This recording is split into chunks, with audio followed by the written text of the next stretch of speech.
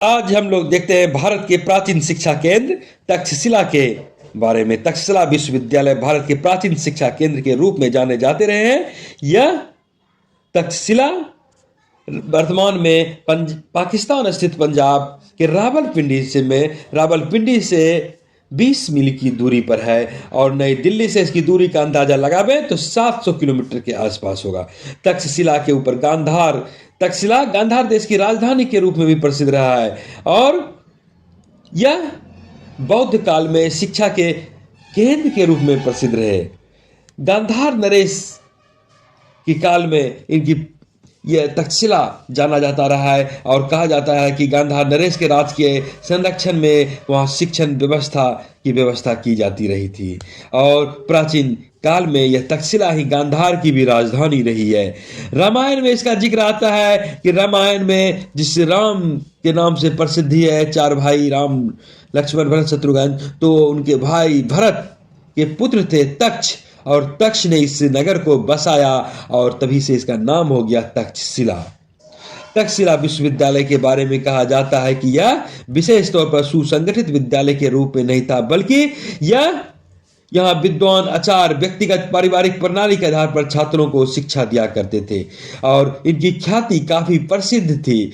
भारत देश भर के कोने कोने से विद्यार्थी यहाँ शिक्षा ग्रहण करने के लिए आते थे। एक बौद्ध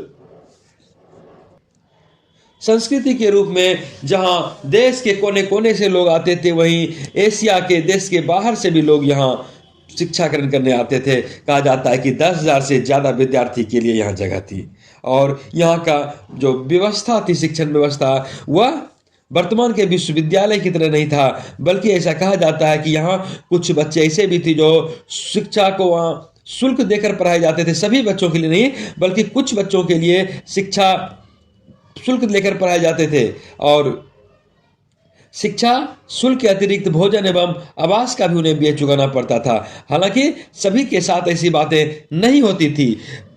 जो शुल्क दिया करता था वह एक बार प्रवेश के समय सोना का मुद्रा और उसके बाद अध्ययन के उपरांत स्वर्ण मुद्रा देने का वचन देना और इसके साथ साथ गुरु सेवा का वचन देना, इस रूप में कहे तो शुल्क वहां लिया जाता था और धनी बाल बच्चे हो या निर्धन वर्ग के सभी को शिक्षा का अवसर प्राप्त हो, इस तरह की व्यवस्था की गई थी। और कहा जाता है कि एक एक अध्यापक के जिम्मे 500 तक छात्र तक हो जाते थे और इस तक्षशिला विश्वविद्यालय में प्रवेश के लिए विद्यार्थी की न्यूनतम आयु 16 वर्ष रखी गई थी। हालांकि यह भी जान लें कि तक्षशिला उच्च शिक्षा के लिए प्रसिद्ध था। एक का जिक्र वाल्मीकि रामायण में आता है तो ऋग्वेद में मिलता है तो और कई पौराणिक ग्रंथ में इसका जिक्र मिलता है। और बच्चे यहाँ जो पढ़ने आते थे कई तरह की शिक्षाएं ग्रहण करते थे। कहा जाता था कि यहाँ 64 विषयों में शिक्षा दी जाती थी। उच्च शिक्षा का केंद्र था और दर्शन का, वेद का, वेदांत का, व्याकरण का, आयुर्वेद, ज्योतिष, कृषि, व्यापार, दर्शन, तर्कशास्त्र, सैनिक शिक्षा, शल्य शिक्षा, शिल्प शिक्षा, सर्पदंश चिकित्सा आदि प्रमुख रूप में यहाँ पर इसके ज्ञान दिए जाते थे और यहाँ से देश के कई बड़े बड़े स्तर के बौद्धिक वर्ग यहाँ से उत्पन्न हुए। हम पाणिनि को जानते हैं, पाणिनि के पिता ने भी यहाँ शिक्षा ग्रहण किया था। वैशाली के महाली ने यहाँ शिक्षा ग्रहण किया था। कौशल नरेश के प्रसेनजीत ने यहाँ शिक्षा ग्रहण किया था और देश के चाणक्य, राजनीतिक चाणक्य, अर्थ कौटिल्य जिसे हम लोग कहते हैं, कौटिल्य ने भी यहाँ शिक्षा ग्रहण की थी और अशोक, चंद्रगुप्त मौर्य, चरक, इन लोगों ने भी शिक्षा ग्रहण किया था और बुद्ध के शिष्य थे जीवक, उन्होंने भी यहाँ शिक्षा ग्रहण किया था। पुष्यमित्र, चंद्रगुप्त, ये लोग तक्षशिला से ही शिक्षा ग्रहण करके देश में इतिहास में अपना नाम स्थापित किए। और यहाँ सैन्य शिक्षा, युद्ध कला की शिक्षा, ग्रीक युद्ध कला की शिक्षा का प्रशिक्षण आदि दिया जाता था।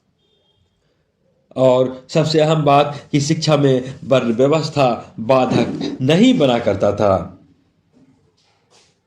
एक और जहां तक्षशिला ज्ञान की रोशनी फैला रहा था, ज्ञान के आलोक से मानव समुदाय को आलोकित कर रहा था, पथ प्रदर्शन कर रहा था, तो वहीं दूसरी ओर इनकी विनाश लीला भी लिखी जा रही थी। समय समय पर अनेकों आक्रमण तक्षशिला पर किए जा रहे थे और उस अरब, तुर्क, शक, हुन आदि के आक्रमण से तक्षशिला न बच पाया, न ही तक्षशिला विश्वविद्यालय बच पाया और अपना गौरवशाली इतिहास को, यहाँ के गौरवशाली इतिहास को जीर्ण शीर्ण कर दिया गया।